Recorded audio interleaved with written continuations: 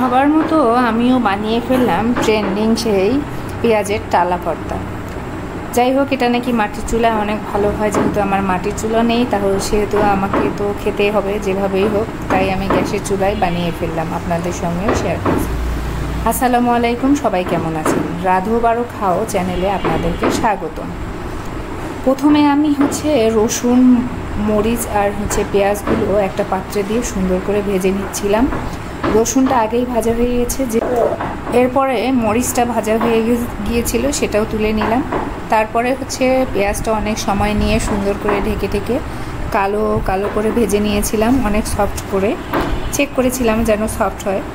তারপরে একটা বাটনাতে মরিচগুলো প্রথমে নিয়ে নিলাম, মরিচ আর লবণ দিয়ে সুন্দর করে মরিচগুলোকে বেটে তারপরে দিয়েছিলাম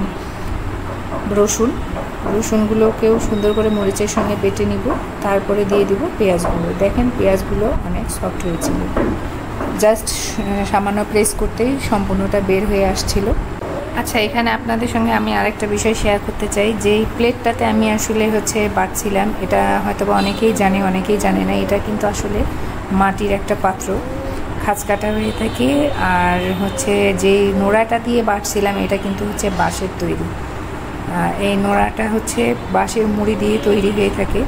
এই বাটনাতেও আসলে ভর্তা বেটে, মানে মাটির পাত্র যেহেতু, বেটে খেতে অনেক টেস্ট লাগে। আমাদের এলাকায় আমরা শিলপাটা যেটাকে বলে, ওটা কমই ব্যবহার করি। এখানে মোটামুটি সবগুলো বাটার ট্রাই করি, তাই আমিও সবসময় এটাতেই ভর্তা করে থাকি। বাটা হয়ে গেলে সরিষার তেল দিয়ে তুলে নিলাম। খেতে কিন্তু দারুণ হয়েছিল, কালারটাও অনেক দারুণ হয়েছিল। এরপরে আরেকটা ভর্তা করে নিয়েছিলাম পাশাপাশি, সেটা টমেটো ভর্তা। টমেটোটাকে প্রথমে লবণ আর মরিচ দিয়ে পানি দিয়ে সিদ্ধ করে নিয়েছিলাম। যখন পানিটা শুকিয়ে পোড়া পোড়া হয়ে এসেছিলো, তখন নামিয়ে বাটনাতে বেটে নিলাম। এটাও কিন্তু অনেক সুন্দর কালার এসেছিলো। আল্লাহ হাফেজ।